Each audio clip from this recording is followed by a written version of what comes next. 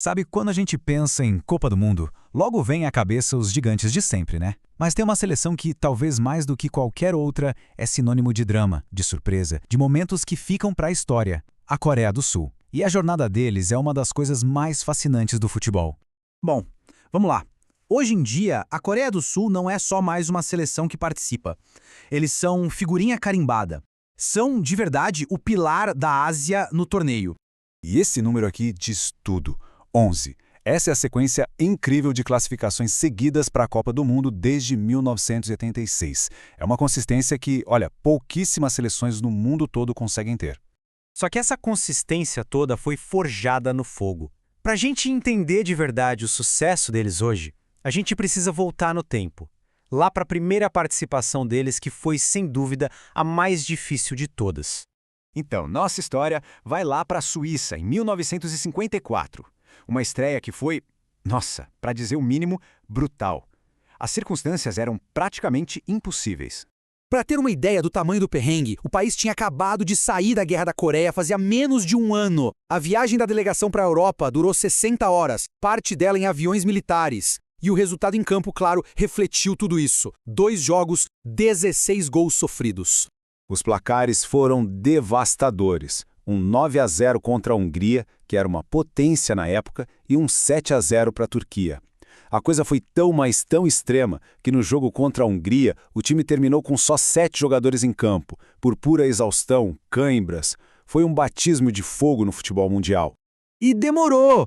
Demorou quase 50 anos para a Coreia do Sul finalmente conseguir a sua primeira vitória numa Copa do Mundo. Mas quando ela veio, nossa, foi de um jeito que ninguém nunca mais esqueceu.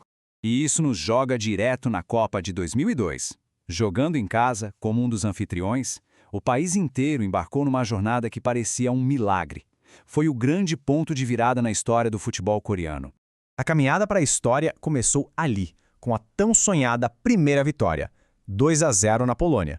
Depois veio um 1-0 contra Portugal, que colocou eles em primeiro lugar do grupo. Pela primeira vez, eles estavam no mata-mata. A barreira tinha sido quebrada. E no mata-mata, eles viraram os matadores de gigantes. Primeiro despacharam a Itália, com um gol de ouro dramático do Ah Jung-hwan na prorrogação. E depois, numa disputa de pênalti cheia de tensão, eliminaram a Espanha. O país parou. Foi uma festa inacreditável. No fim de tudo, o resultado foi um histórico 4º lugar. E olha, até hoje, essa é a melhor campanha de uma seleção da Ásia em toda a história das Copas. Simplesmente surreal. Mas o mais legal é que a campanha de 2002 não foi um raio que caiu uma vez só. Foi, na verdade, o começo de um legado, de uma tradição de criar momentos icônicos e revelar lendas para o esporte. E essa mentalidade fica muito clara nessa fala do Lian Po. Ele disse que era essencial quebrar a percepção de que a Coreia só podia ter sucesso em casa. E foi exatamente o que eles fizeram em 2010, na África do Sul, chegando nas oitavas de final pela primeira vez jogando fora da Ásia. Aí a gente chega em 2018 e numa das maiores zebras de todas as Copas. Uma vitória de 2-0 sobre a Alemanha, que era a atual campeã do mundo. Eles eliminaram os alemães na fase de grupos com 2 gols já nos acréscimos. Kim Jong-won e Son Heung-min. Foi um momento para a história, sem dúvida.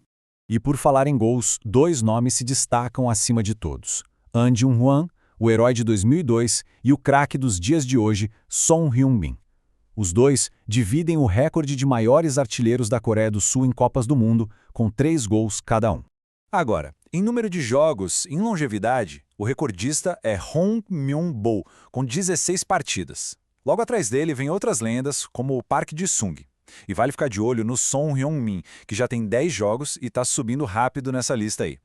E é aí que a história toda se conecta de um jeito incrível, ligando esse passado lendário com a campanha para a Copa de 2026.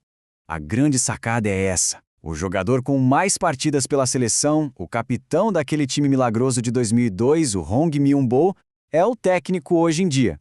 É quase poético, né? O maior momento da história deles está agora no comando do futuro. E ele não é só um nome de peso, não. Como treinador, o cara já ganhou medalha de bronze nas Olimpíadas de 2012, foi bicampeão da Liga Coreana e classificou a seleção para a Copa de 2026 de forma invicta. Ele tem um currículo e tanto. Então, a grande pergunta que fica para o próximo Mundial é essa. No caminho para a sua 12ª Copa, será que o maior jogador da história da Coreia do Sul também pode se tornar o seu maior técnico? É uma pergunta que o mundo do futebol tá louco para saber a resposta.